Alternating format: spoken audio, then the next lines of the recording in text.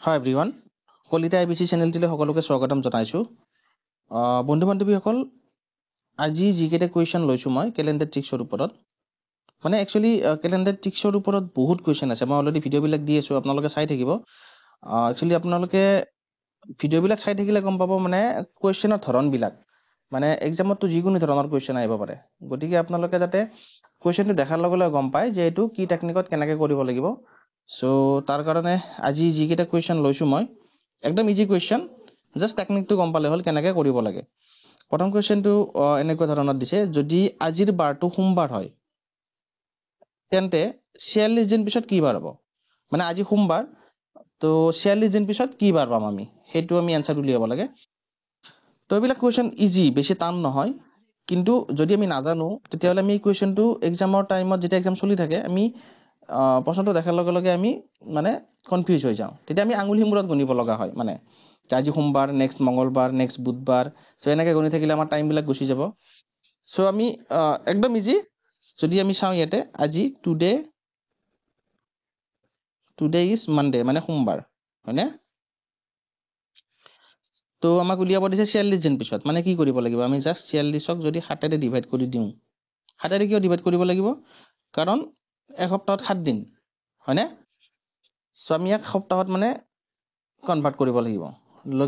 Convert কৰি পেলাই যি ৰিমেইনিং থাকিব সেইটোৰ লগত মানে অতিৰিক্ত যি থাকে তাৰ ওপৰত মানে আমি ইয়াৰ লগত প্লাছ কৰিব লাগিব।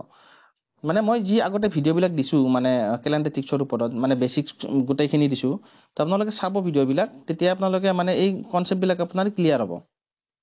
হাতেৰে কিয় কৰিব লাগে, আমি কিয় কৰিছিলোঁ, গোটেইখিনি তাতে দিয়া আছে অলৰেডি। এইটোক যদি আমি ডিভাইড কৰোঁ, এতিয়া আমি কি পাম? 7 6 গুণ 42, দেন 6 2 গ'লে 4, মানে 4 বাকী ৰ'ব, মানে ৰিমেইনিং 4। এইটোক আৰু 7ৰে ডিভাইড নহয়। এতিয়া আমি কি কৰিব লাগিব? একদম এই জাষ্ট এই সোমবাৰৰ লগত প্লাছ 4 কৰি দিলে আমি এনচাৰটো পাই যাম। মানে 1 2 3 4। সোমবাৰৰ পিছত কি আহিব?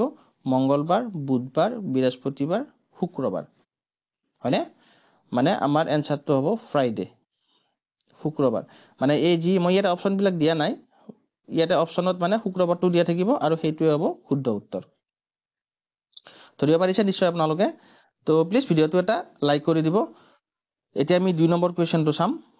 2 নম্বৰটো জাষ্ট একেধৰণৰে কুৱেশ্যন। মানে আজিৰ বাৰটো যদি বৃহস্পতিবাৰ হয় তেন্তে 97 দিন পিছত কি বাৰ হ'ব?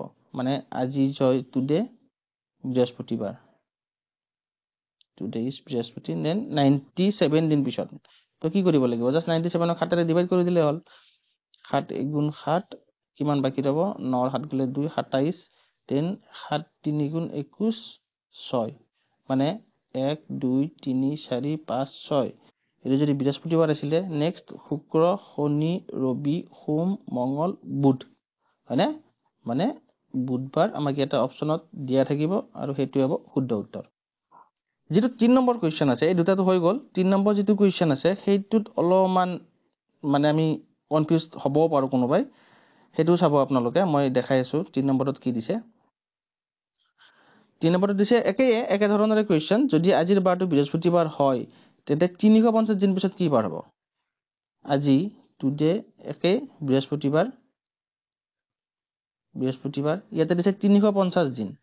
350 দিন আমি চেম মানে সেই টেকনিকতে কৰিব লাগিব। 7ৰে ডিভাইড কৰিব লাগিব।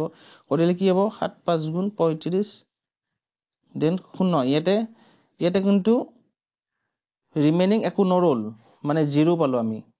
যিটো মানে বৃহস্পতিবাৰ যিটো আমাক দিয়া আছে তাৰ লগত আমি কি প্লাছ কৰিব লাগিব? 0 প্লাছ কৰিব লাগিব। গতিকে 0 প্লাছ কৰিলে আমি কি পাম? মানে 0 মানে 0। বৃহস্পতিবাৰ আজি যদি বৃহস্পতিবাৰ, 350 দিন পিছতো সেই বৃহস্পতিবাৰে থাকিব। 0 মানে বৃহস্পতিবাৰে থাকিব। ধৰিব পাৰিছে নিশ্চয়। চ' চাই থাকিব ভিডিঅ'বিলাক, আপোনালোকে প্ৰেক্টিছ কৰিব আৰু লাইক কৰিব ভিডিঅ'বিলাক, চেনেলটো ছাবস্ক্ৰাইব কৰিব নাপাহৰিব, যাতে আহি থকা ভিডিঅ'বিলাক আৰু আছে। বহুত ধৰণৰ কুৱেশ্যন আছে ৰিজনিঙৰ ওপৰত বা কেলেণ্ডাৰৰ ওপৰতো বহুতবিলাক কুৱেশ্যন আছে যি মই লৈ আহিম, যাতে আপোনালোকে কুৱেশ্যনবিলাক পাই থাকে আৰু প্ৰেক্টিছ কৰিব পাৰে, যাতে এক্সামৰ টাইমত আপোনালোকৰ সহায় হয়। তো আজিলৈকে ইমানে। টেক কেয়াৰ, বাই বাই।